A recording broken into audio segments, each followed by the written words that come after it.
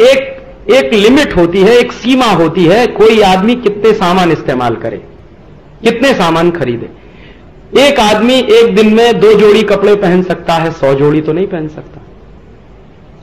एक आदमी एक दिन में 2-3 बार पेस्ट कर सकता है, 50 बार तो नहीं कर सकता। एक आदमी एक दिन में 2-3 जोड़े जूते के पहन के बदल सकता है, 100-200 जोड़े तो नहीं कर सकता। एक आदमी एक दिन में एक ही बिस्तर पे तो सो सकता है, 2-5 बिस्तर पे तो नहीं सो सकता। ऐसा तो नहीं होता कि हाथ एक बिस्तर पे, दूसरा हाथ दूसरे बिस्तर पे। और एक आदमी एक बार में एक ही कार इस्तेमाल कर सकता है, 10-20 कारें भी इस्तेमाल नहीं कर सकता। एक बार में एक ही टेलीविजन देख सकता है, 15-20 टेलीविजन भी नहीं देख सकता। तो उनके यहां क्या हुआ है, उपभोग की अंतिम सीमा आ गई है।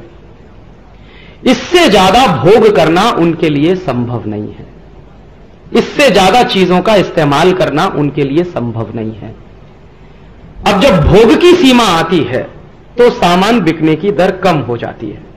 तो अब अमेरिकी लोगों ने सामान खरीदना कम कर दिया है और उस तरह की क्रेज जो उनको कभी होती थी 20 साल पहले, वो अब धीरे धीरे कम होती चली जा रही है। तो बाजार में सामान कम बिक रहा है, तो कंपनियां बंद हो रही हैं, बेरोजगारी बढ़ रही है और उससे उनकी चिंता बहुत ज्यादा है। और उनकी चिंता इस बात से भी बहुत ज्यादा है कि दुनिया में कुछ ऐसे अर्थशास्त्री हुए हैं जिन्होंने कुछ सिद्धांत दे दिए। एक अर्थशास्त्री हो गए एडम स्मिथ, जिन्होंने विकास की परिभाषा ही ऐसी तय कर दी। रॉबिन्सन हो गए, फिर और तमाम हो गए।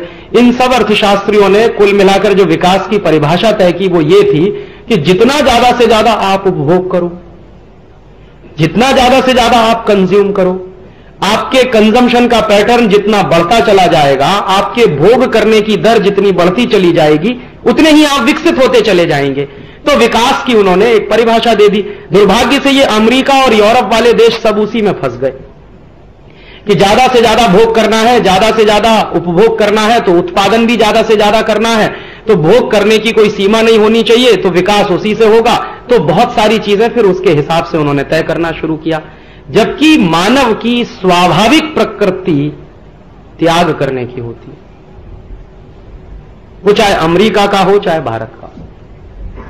कुछ देर के लिए आप उसको जबरदस्ती भोग कराने में डाल सकते हैं, लेकिन अगर आप उसकी नेचुरल टेंडेंसी के बारे में समझने की कोशिश करें, नेचुरल इंस्टिंक्ट के बारे में समझने की कोशिश करें, तो वो त्याग करने की ही होती है। इसलिए भारत के मनीषियों में और अमेरिकी अर्थशास्त्रियों में बड़ा भारी फर्क रहा।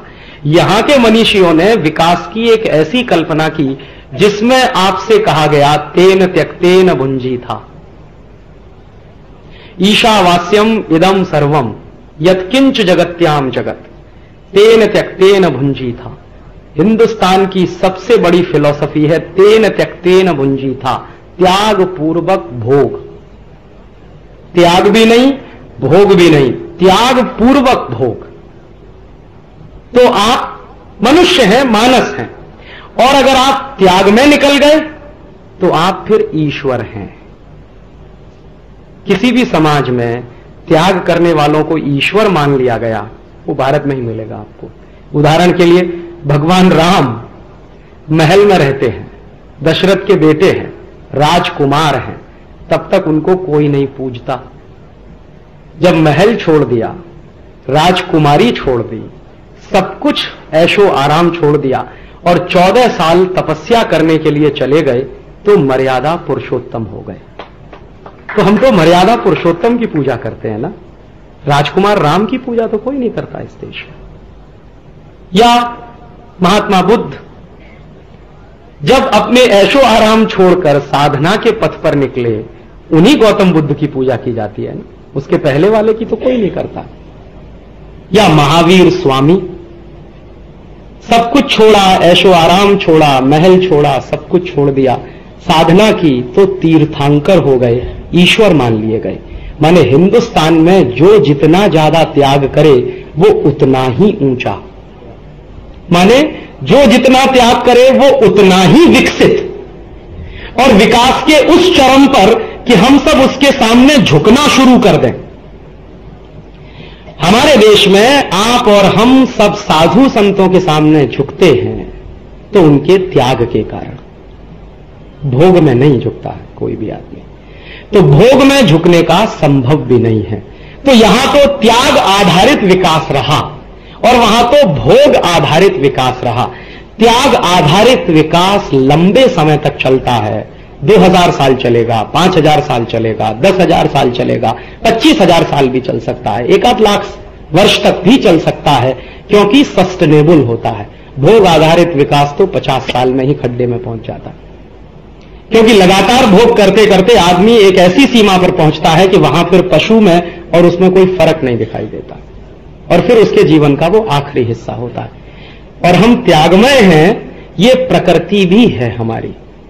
जैसे मैं कभी किसी आदमी से कहता हूं, कुछ लोग जो अमेरिकन हो गए हैं, बहुत दिमाग से वेस्टर्न हो गए, मेरे बहुत दोस्त हैं, मेरे साथ पढ़ते थे, दिमाग से अमेरिकन हो गए, शरीर से हिंदुस्तानी दिखते हैं, मुझसे अक्सर बहस करते हैं, कहते हैं क्या फालतू की बात करते हो, क्योंकि उन्होंने कीन्स पढ़ा है, एडम स्मिथ पढ़ा है, रॉबिन्सन को पढ़ा है, मैंने तेन तक तेन भुंजी था पढ़ा। तो मैं कहता हूं भाई कि त्याग आधारित ही विकास दुनिया में चल सकता है, वो ही सस्टेनेबल हो सकता है।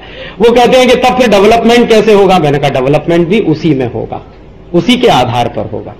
कहने लगा नहीं नहीं तुम्हारी बात फालतू की है। तो मेरा एक दोस्त है, आजकल मैसाचुसेट में है, एक बार मेरी उससे लंबी बहस हो गई, तो मैंने उससे एक ही सवाल पूछा कि अच्छा तुम ये बताओ कि अपने जीवन में तुम सिर्फ भोग ही भोग करते रहो, त्याग नहीं करोगे तो तुम मर जाओगे। कहने लगा वो कैसे?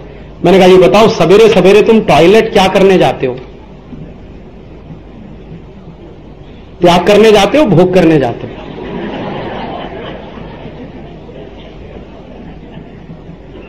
एग्जाम्पल मैंने बहुत क्रूड चुना है ताकि आपको समझ में जल्दी आए। और मान लीजिए हम रात को सोए और सवेरे उठ के हमने तय किया कि हम कुछ भी त्याग नहीं करेंगे, तो आप बताइए आप 2 दिन जिंदा रहेंगे कि 3 दिन?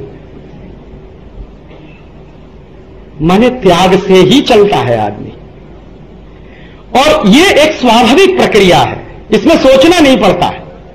और जो स्वाभाविक प्रक्रिया के आधार पर आप कोई अगर पद्धति बनाए या विकास की दर तय करें या विकास के मानक तय करें, वो ज्यादा लंबे समय तक टिकता है। तो ये भारतीय समाज में टिकने की व्यवस्था बहुत सनातन है, क्योंकि हमारी संस्कृति ऐसी है।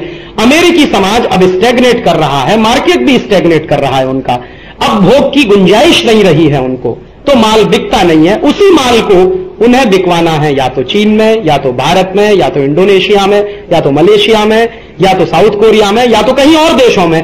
तो उन्होंने एक नए तरह का कॉलोनाइजेशन शुरू किया है, और उस कॉलोनाइजेशन का प्रतीक है अमेरिका की ये जो चीजें चल रही हैं, उनके ये जो रिएक्शंस हैं, ये उस कॉलोनाइजेशन के प्रतीक है। तो मुझे लगता है कि उन्होंने जो व्यवस्था पर चलने का सोचा है, अगर हम पहले से उसके बारे में नाकेबंदी नहीं करेंगे तो शायद हो सकता है नुकसान फिर खा जाएं, क्योंकि हम तो बहुत नुकसान खा चुके हैं पिछले 1.5-2 हजार साल से, इस तरह की व्यवस्थाओं में फंसते रहे हैं। भारत के बारे में मुझे एक ही बात कहनी है जो मुझे थोड़ी खराब लगती है, कि हम बहुत समृद्ध समाज थे, बहुत शक्तिशाली समाज थे, हमारे पास उत्पादन बहुत था, समृद्धि बहुत थी, पैसा बहुत था, कुछ भी हमारे पास कमी नहीं थी। पैसे के बारे में, हमारे बारे में सारी दुनिया जानती थी कि हम सोने की चिड़िया थे।